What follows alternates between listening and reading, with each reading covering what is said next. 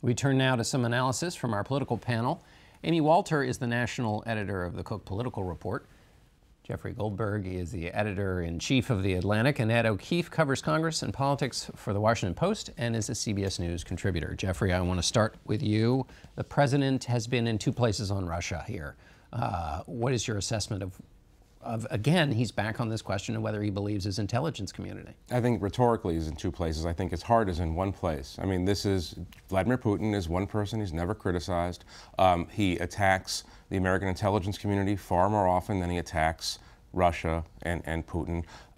He's obviously walked back some of his comments about Russian interference because his own CIA director is saying that's not correct, and he wants him on his side, obviously. But I think his heart, in his heart, it seems as if he believes that the Russia story, the Russia controversy, is manufactured by his enemies, and he really believes that Putin is in the driver's seat in their relationship, and he believes that he needs Putin more than Putin needs him. It's really quite fascinating, actually, because this is unprecedented, an American president relating to a Russian leader in this way. And it's the conflation between collusion versus Russian meddling, right? That the president is really focused on, there's been no conclusion on collusion, there is no collusion between my campaign and the Russians, which is true.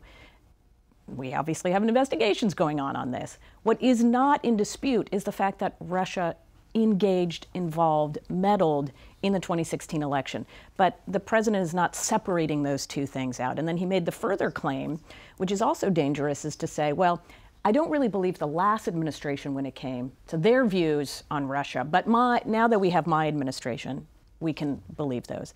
And this is, to me, where we're going to, we continue to go as a country, which is this fierce partisanship and the desire to only believe one side's team over the other side's team. In times of great crisis, that is a very, very dangerous place to be if you only believe your team and what they're telling you about safety of the entire country. Especially when only like 6 people at the CIA were put there by Donald Trump and everyone else was working there when Obama was president.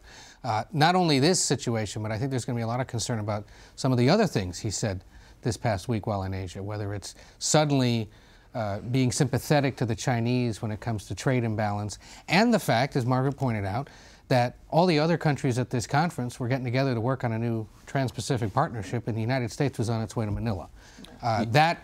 Trade is obviously a big concern for both parties and for a lot of people in this country. But the fact that the world is working on these things without the United States involved is going to be seen as intolerable, I think, to a lot of Americans and certainly to a lot of folks who work here in Washington. He believes on his Asia tour that he's advancing the quote-unquote America First agenda, but actually what you're seeing is the beginning of a China First agenda on the part of the United States, which is to say his withdrawal from TPP. The Asian countries are going to do this anyway. Climate change, on trade issues, on a whole raft of trade issues. He is clearing the field for China's rise, which is, again, unprecedented. But he would say, indeed he has said, look, if I can get China to help me with North Korea, then we'll put some of these second things in order of priority second. But his analysis is weak in one sense.